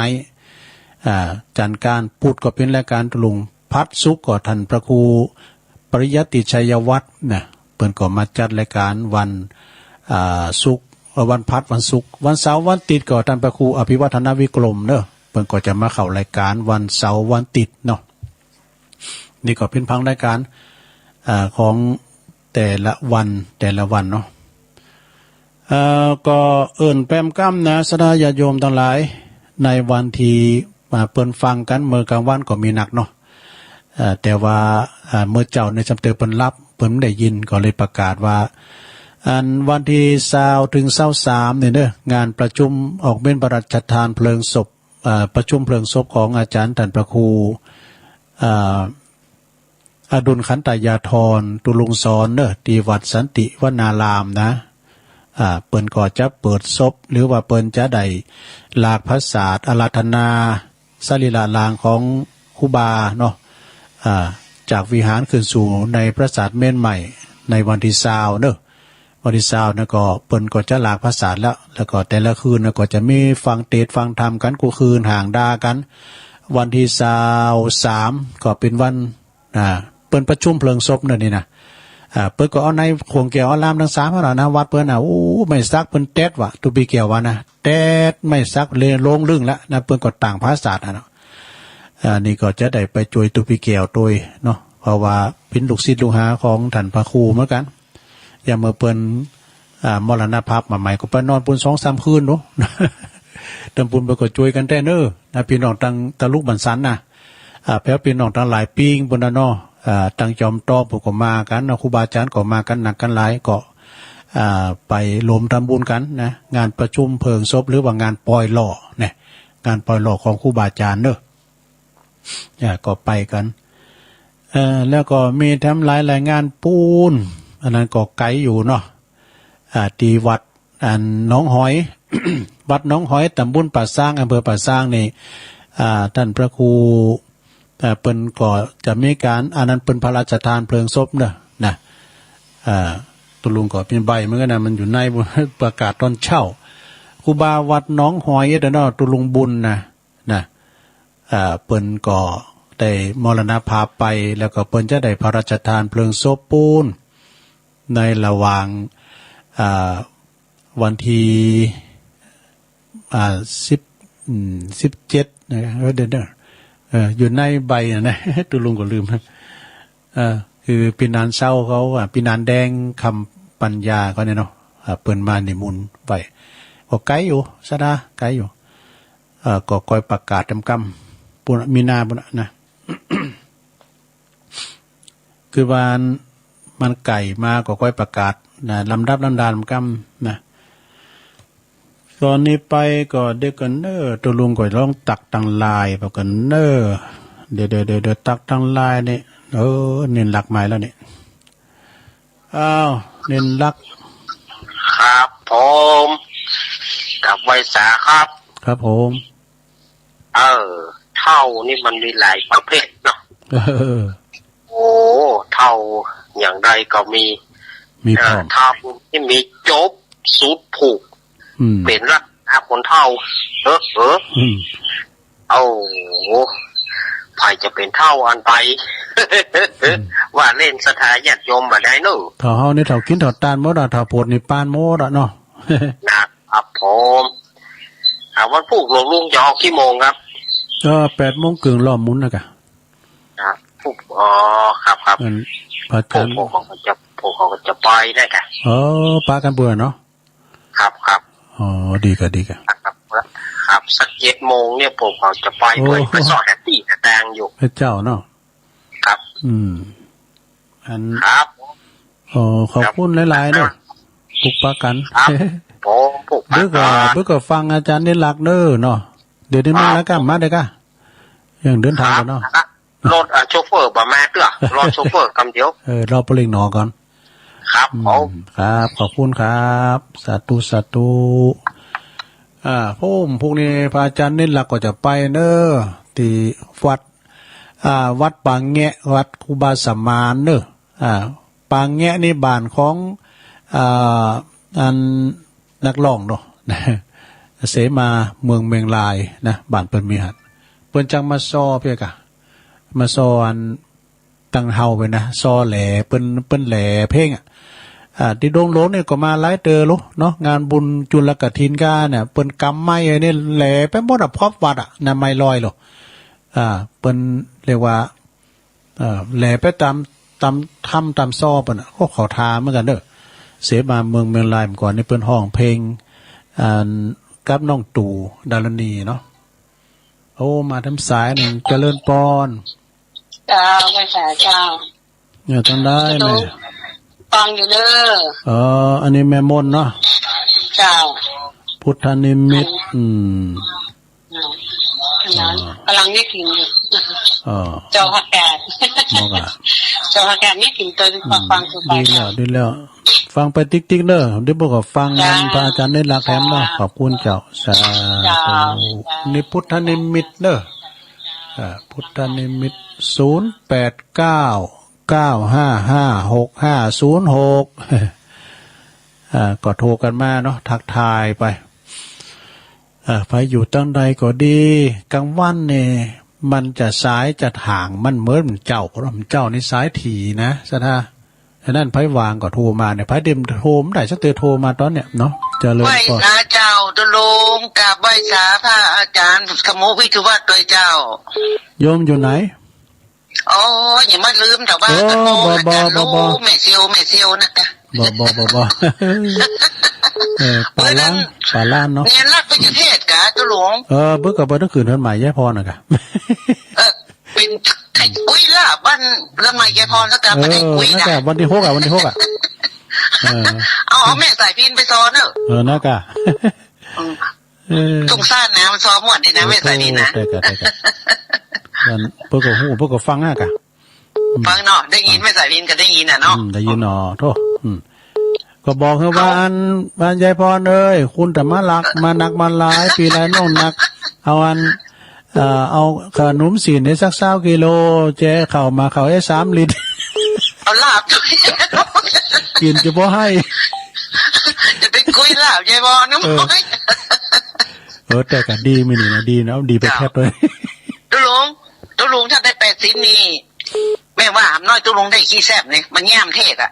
หำน้อยจะอู้คนเดียวบุ๋มบับมันนี่เนอะถ้าแต่มีโซนนะที่วันนี้ก็3คือตัวเก่าว่ะนะอู้ก็ปรึกษาตัวเองนะหำน้อยนะขอเด้อกูยังมาเจ็บพวกเขาเลยอ่ะเนาะมัน3คือตัวเก่าน่ะก็เร็วยิ่ง3 ที่ 6อยู่มออีนะนั่นแหละสาธุฟังตุลุงอยู่วันๆนี่ตุลุงใครเครียดอ่ะเย็บผ้าไปตัวอย่างโอ้ดีแล้วขอบคุณเนอะบุญรักษาเนอะสวัสดีปีใหม่โดยแม่เสียวเนี่ยสวัสดีปีใหม่ด้วยเนอะเจริญปอนแต่พองถึงพองไปถือสากันเนอะเจริญปอนมาจะต่างเจ้ายายพรเปลี่ยนเบอร์กะยายพรเปลี่ยนเบอร์ดูกูเตือนมา005 105เดี๋ยวนี้เปลี่ยนเบอร์ดูยายพรเกมตัวนั่นเด้อเพิ่นจะคืนท่านใหม่นะเพิ่นจะไปหอมครูนะวันที่6นะตักบาทตอนเจ้าร้องวัวแดงร้องวัวแดงเรียนยังไงจะไปอันขออันพอนั้นผมมาเวรตาลเกินแล้วก็จะไปติดต่อแม่ครูเสียงก่อนเพิ่นจะวางโหก็เพิ่นวางก็จะไปเอาแม่สายพินแล้วเอาพระอาจารย์เน้นหลักไปเตรียมทำศาลาการวิจารสูตรเกมันเนี่ยเมงก็เพิ่นมาขอเพิ่นห่างวันที่5เด้อวันที่6ก็ขึ้นเฮ็ดใหม่นะขนมสินไม่ลืมเด้อ20 กิโลมาเข้าสัก3 ลิตรเอาไปเร็วบอกคืองั้นพวกแม่เลี้ยงหลวงแม่น้อยบุญโยงเพิ่นฮับมันก็น่ะบ่ตัวเจ้ามือใหญ่ลูกแม่น้อยแซ่พันแม่จันติบเขา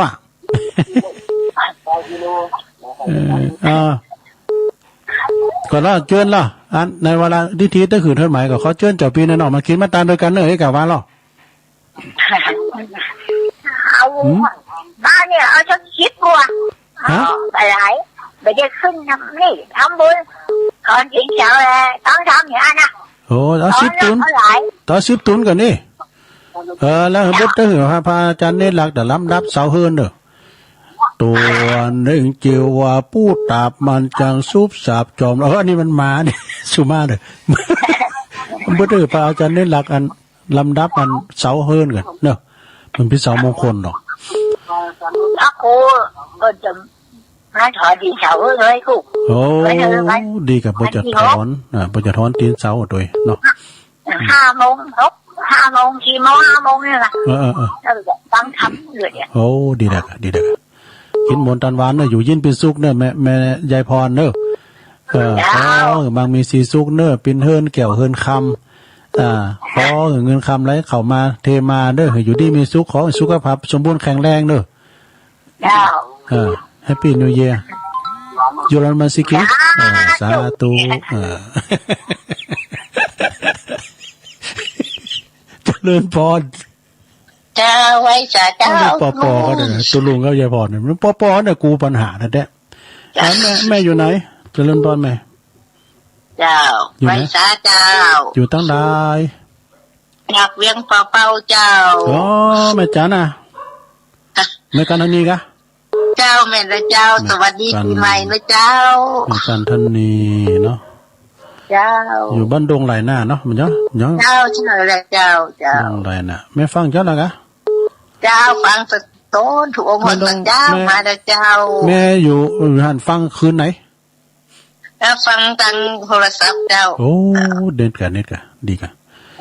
ชัดเจนกันเนาะทุกตนทุกองค์แล้วเจ้าแม่จิรพันธ์เปิ้นไปอยู่เมืองนอกบ่เดนมาร์กได้กะเขาว่าสวิตเซอร์แลนด์แล้วว่าย่อเมืองยองนี่ครับเด้อเดนมาร์กกะเนาะ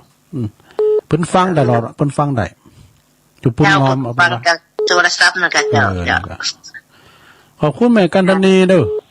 เจ้าไว้สาเจ้ากำลังใจให้เจ้าสาธุเจ้า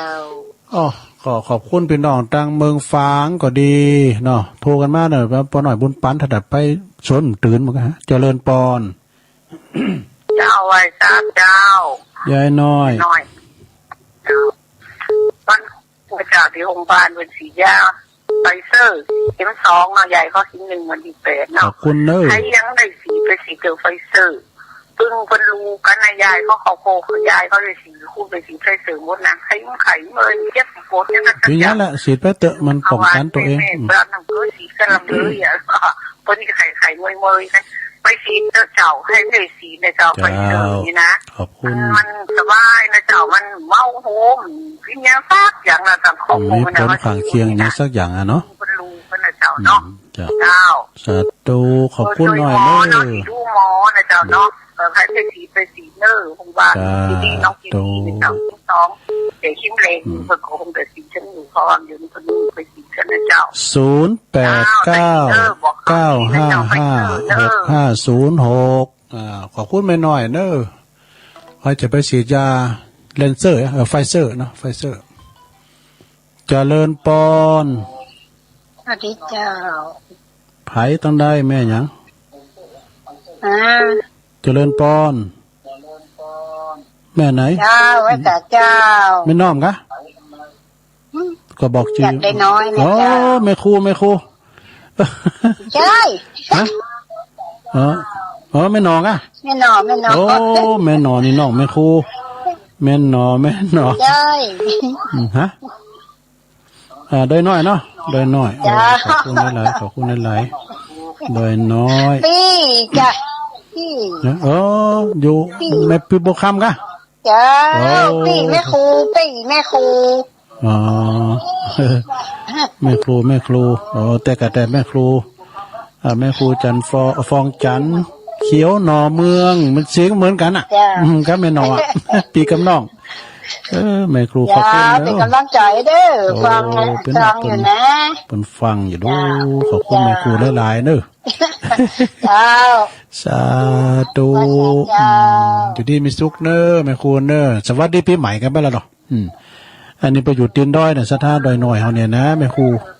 ประมาณนั้นก็ประมาณห่างโคมาสืบชะตากันอยู่เจริญปอนเจ้าตะลุงแม่นางอ้วนเจ้านี่โชคดีเลยฟังลุงวันแม่นางอ้วนร้องกองเข่าเนาะเจ้าร้องกองเข่าสันกำแพงวันนี้ลุงพรวันนี้ขึ้นหน่อยเมื่อวานนี้สายห่างเลยแต่เมื่อเจ้านี่มันสายมาแค่ถี่ไปหน่อยแต่ตัวลุงก็ถ้าว่าเมื่อเจ้าให้มันไล่ดีนะอั่วแต่ถ้าว่าลุงกับลูกเจ้าตัวตีหนึ่งเดินลุกหลอดกันถึงคิวตัวลุงนะตีหนึ่งลุกมาสอหาเพลงมาเปิดเปิดฟังนี่แหละเพลงแบบเก่าเนาะเพลงโบราณแล้วก็เล็บทำไว้ฐานนี้พอตัวลุงมาอ่านหนังสือจ้าเล็บทำไว้ฐานมันคู่คักเนี่ยเจ้ากับคู่คักไปหน่อยแอมกั้มนี่ก่อนพูดเจ้าฟังทำตัวลุงเราทำอยู่เจ้าดีเลยค่ะขอบคุณแม่นางโอนเด้ออยู่ที่มีสุขเด้อสาธุตั้งงานแม่พันเขาทาวันหน้าเขาทำได้ยินก้าดังปูนในดังรอยสเก็ตก้าเนี่ยไปตังแม่จ่องก้าอันนี้ก็อันตังแม่ป่าค่ายายปันเขาแม่แสงเขาเนาะไปตังอาจารย์นิพนธ์เขาบุญไปตังแม่จ่องก้าไปตังอาจารย์สมเพชรเขาบุญเนาะ แม่โป่งนะแม่โป่งดอยสะเก็ดเขาใกล้นะทางสันกำแพงก็ลงเนินลงไต่ใกล้นะเนาะไปตังยังก็ยังศิลก็บวกกลางศิลเนี่ยประธานศูนย์สกายหนึ่งเนี่ยอยู่ปุ่นเช็ควอร์ดวันตุลุงก็สกาย006เจริญปอนกลับมาการครับผมโอ้โทษนะบุญเราขวัญกันนะอาจารย์นิพนธ์มาแล้ว นิมนต์เลยครับได้ยินแล้วเราขวัญนะฟังอยู่ครับฟังอยู่อย่าลืมนะวันที่8นะมานอนด้วยกันนะวันที่8ไปจัดวันเสาร์ไปนอนไม่ได้ครับฮะไปนอนไม่ได้ครับทำไมอ่ะจะจัดอยู่กุฏินี่อ๋อออนไลน์ไปเนาะเดี๋ยวเข้าที่กุฏิเลยครับอ๋อออนไลน์ไปก็ขออวยพรให้ญาติโยมที่เป็นแฟนธรรมะยำแรงทุกคนขอให้มีมั่นขวัญยืนไปเลยกันนะครับเนาะอากาศขอให้จุงยองอยู่คู่กับสถานนี้ตลอดไปเหมือนนะครับเด้อฟังครับนมัสการครับผมขอบคุณอาจารย์นักเด้อท่อโอ้เปิ้นให้กำลังใจตัวลุงเด้ออาจารย์นิพนธ์นะนักปราชญ์นะเนี่ยเปิ้นเป็นบัณฑิตเนี่ยแต่งก้อนเน็ตขนาดเปิ้นม็อบเจ้าลุงเจ้ายมพรเนาะเจ้ายมพรโอ้ทำของตุลุงนี่ก็สุดยอดเจ้าทำเพราะว่าลักษณะของคุณเฒ่าเนี่ยมันมีหลายอย่างเจ้าเราก็ยมสรุปเลยว่าลักษณะคุณเฒ่าคือคุณเฒ่าปากหวานลูกหลานหักคุณเฒ่าปากนักลูกหลานจังเขาจะเอาจะฮีต่อไปเขาจะเป็นคุณเฒ่าจะฮีเขาก็เลือกเอานะเจ้าแต่จ้ากำลังใจก็ลุงจะไปขึ้นคนใหม่ให้คนแต่ก็วะเจ้าขึ้นในน้ำนะกะขึ้นในน้ำนะกะในน้ำเนาะเจ้าจากชวนเปิ้นไปอะกะอันไปก็ไปหอมก็ได้ตุลุงก็ว่าไปเนาะว่าไปเป็นขึ้นวันที่6วันที่6ก็เจ้าแต่วันที่9ก็ป้ากันที่วัดไฟหินนะเจ้าแน่นอนป้ากันไฟหินเด้อยมพรก็ไปเนาะเจ้าไปเจ้าขอบคุณเด้อสาธุใจก็ลงเด้อเจ้ากราบพระเจ้ายมพรเปิ้นอยู่ป่าเสาเปิ้นเด้ออุโมงค์หลับปูนในตัวแทนพี่น้องหลับปูนองค์คาโลเมืองหลับปูนอันนี้นะเปิ้นฟังตลอดอ่ะนะเป็นตัวแทนนะก็ไปลืมเด้อเจ้าเจริญปอนนี่โทรจากแม่สายไม่ย่อยเจ้าแม่ย่อยสันซ้ายอ่ะเมินแล้วเจ้าบ่ได้โทรมาแต่เจ้าฟังตลอดเด้อแม่หยังก็แม่หยังแม่สายแม่สายก็นึกว่าอยู่แม่สายปุ้งก้าตาขีดเล็กปุ้งก้าแม่สายแล้วก็แม่สายชื่อแม่สายนะเจ้าแม่ย่อยสันซ้ายเนาะเจ้าเนี่ยตุลุงมันถูกนะโรงพยาบาลสันซ้ายมันนัดฉีดไฟเซอร์เข็ม2อ่ะว่าอยู่เนี่ยเราไปกลัวอย่างแม่น้อยไปว่าเจ้ามีผลขาดเคียงสักอย่างต้องกลัวต้องกลัวนักหมอแม่น้อยเพิ่นว่าเดี๋ยวนี้ล่ะเพิ่นก็ไปฉีดมามีผลขาดเคียงบาดเจ็บยังสักอย่างแหละอันมันต้องกลัวเปิ้นฉีดมาแล้วน่ะเข็มที่3นั่นแม่น้อยเดี๋ยวนี้เพิ่นฮือไปวันพุธวันที่5เดี๋ยวนี้ก็มันก็ดีโรงยาน้องจีดีป่าสร้างเพิ่นก็ฉีดนะเพิ่นนัดฉีดละไปฉีดเติมเพิ่นยังโปรโตสั่งภูมิคุ้มกันขอต้องอยู่ดีสบายเด้อโอ้ขอบคุณเด้อเจ้าขอบคุณเด้ออันนี้แม่ย่อยสันทรายพุ่นน่ะไปกลัวอย่าขิมมันน้อยตุลุงมันฉีดยานี่รับตาน่ะแม่นางพยาบาลน่ะก็ตุ๋ยนี่กลัวอย่างตุลุงมันรับตาอยู่ตุลุงภาวนาใหญ่นี่เจริญปอนฮัลโหลเข้ามาใหม่เด้อเปิดเพลงให้กันฟังกันแล้วเอามาใหม่ตุ้ยอย่างสิงไปกลัวอย่างตุลุงมันรับตาอยู่ไหนน่ะตุลุงภาวนาใหญ่นี่เจริญปอนข้าพเจ้าครับตุลุงโอ้ตุลุงมาปิดท้ายปอน้อยบุญปันฟังตุลุงอยู่นะบอกโทรบ่ได้ลูกได้ยินก็พาทิ้งไปหาเลยไปจอดมาถึงมูลค่าลูกพาทิ้งโทรบ่ได้ลูกฟังละโอ้เป็นยกแล้วพวกที่ทำมาเร็วแท้มันผักยกหรอกูเลี้ยว2ยกอ่ะกำลังใจตุลุงอยู่เลิกกับไว้สาครับผมโอ้ขอบคุณหลายๆเนอะบ่หน่อยเนอะโอ้ไปสนตื่นเลย มันตื่นบนลำน่ะเราตู้มตื่นน่ะเปิ้นฝากมา2-3แก่นกินเอากับข้าวก็ได้นะหวานน่ะตกนั้นตื่นของบ่น้อยบนปันน่ะพี่หนาได้กินนำแล้วเพิ่นสูงมาเจริญปอนไว้สาธุลงโอ้บ่น้อยซานะอยู่ดีมีสุขนะบ่น้อยเด้อบนรักษากำจูเด้อเขาปีใหม่แล้วกระหาออกมาถึงได้ไปนอกจากเขานี่14วันโอ้ไปอยู่ของยา14วันกันนะครับอยู่ดีมีสุขก่อนเด้อบ่น้อยเดี๋ยวนี้มันจะต้องนัก7วันไปลูกหมากโตโอ้อยู่รอดปลอดภัยเด้อบุญกำจูรักษาบุญพระพุทธพระธรรมพระสงฆ์เด้อบ่น้อยครับอยู่กับรักษาถูกดีเด้อเหมือนกันน่ะเด้อขอเป็นกำลังใจของอาทาทั้งหลายเด้อโอ้ขอเป็นกำลังใจบ่น้อยเด้อครับสาธุป้าน้อยนี่เปิ้นอยู่สุวรรณวิหารเนี่ยเปิ้นบ่ค่อยสัมภาษณ์สักต่อใดแต่ว่าเปิ้นเป็นศิลปะในการว่าแปลงน้ำบวยสารศาสตร์สันยูสลาเนี่ยได้หมดอ่ะอย่างงั้นป้าน้อยชานอย่างงั้นป้าบุญมีน่ะเพราะเราเป็นพิศลาเด้อเอาน้ำสายอ่ะทำได้จ้ะคำกับเตาโอ้แม่บ่พันมาแล้วฟังตำเน็จแต่ว่ามาแล้วเด้อแต่โหผมว่าก็ออกก็ได้ถ้าฟังจะเล่าควรมาได้ก็จังโทรหาน่ะพี่น้องทางชัยปราการฟังบ่ได้ฟังก็จะเล่าขวัญว่าอย่างงั้นพาพิงไปหาปหน่อยบุญปันนั่นก็ไปสนตื่นมูลค่าอ่ะฟังถึงวันน่ะรายการเก่าที่ขึ้นมาแล้วเนาะจุลุงเนาะก่อนเปิ้นย้ำแปลงพังเด้อเอารออาจารย์พระครูเปิ้นเสียงบ่ออกเด้อเปิ้นแปลงเสียงเปิ้นอยู่เจ้านี่เปิ้นนอนวันพุ่นวันนั้นน่ะไปนอนสวดมนต์วันนั้นน่ะเปิ้นน่ะมันได้ตากเมยจะมีอุณหภูมินี่ตุลุงบ่ทันได้ไปเนาะตุลุงมีงานปฏิบัติได้นี่บ่ต้องสูงใจป่ะน่ะก็จัดไผไปอ่ะโอ้หนาวอ่ะตาปุ่นน่ะเดี๋ยวนี้เจ้านี่หนาวมาพอเด้อตอนนี้นะเจ้านี่หนาวอ่ะนั่นเจ้านี่หนาวมาพอเด้อที่มันฝนจะตกนะตุลุงมื้อเดียวนะจะมีฝนนะบ่ตอนนี้ขึ้นหนาวอ่ะมันครึมๆอย่างใดวันนั้นเมื่อวันน่ะตอนนี้แดดตลอดเด้อขอบคุณแม่บุพันเด้อแม่บุพันเด้อพุกโทรมาเด้อเจ้าพระชาเจ้าปุกเจ้าฟังจันพระครูสังฆลักษณ์ธนอัตรัตนศิริเด้อบ่ายตีสามกึ่งเด้ออาจารย์พระครูเพิ่นจะมาเทศน้ำเทศธรรมให้ศรัทธาได้ฟังนะผู้วันปุดเนาะวันพัดก็ตุลุงเข่ามันก็พัดศุกร์เสาร์พัดศุกร์เสาร์ก็ตุลุงเข่าจะได้ไปจัดปุนกาที่วัดอันไฟหินบุกรรมโหเนตุพี่นมปัดมงมาดูปัดมงกระต่ายทุลุงอ่ะขอโทษสายกันนะโยมเด้อสายแหลกก่อนมีแม่สีจิตราแม่จิตราอินเผาเพิ่นอยู่วันดุงป่าวายเนี่ยแม่สีเนี่ยโอ้ยเขาวัดเขาว่าสูงเข้าทุกเจ้าเลยเนอสายที่2ก็ปนันปั้นจากท่าดอยแก้วเนาะปันท่าดอยแก้ว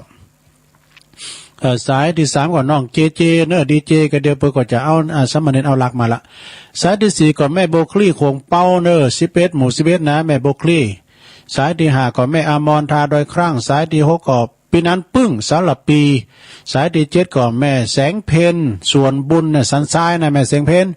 สายที่8น้อแม่จันสมหลังกัดแม่สาวนะอันนี้ช่วงแรกนะวันที่5มกราคมพุ่นนี่ก็เป็นวันเกิดของอันครูบาเจ้าบุญจุมเด้อพุกนะ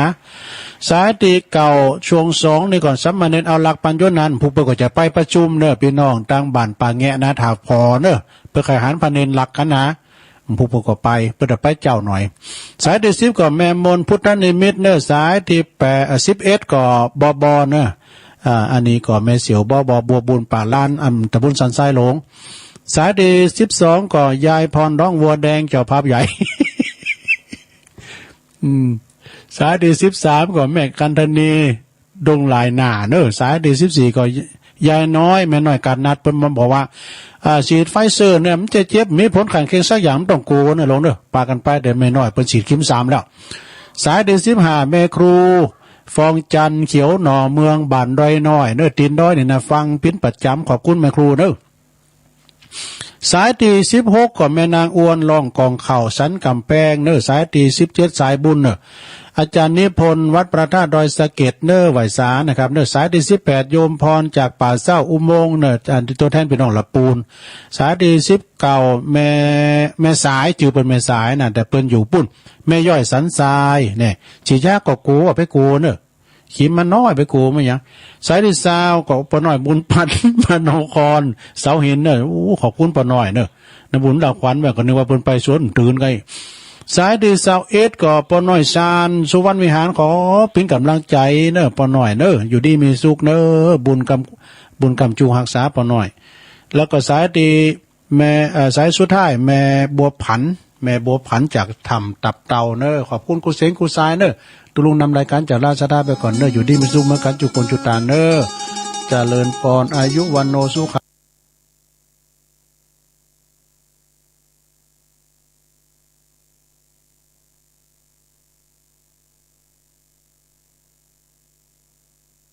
ทั้งปะลัง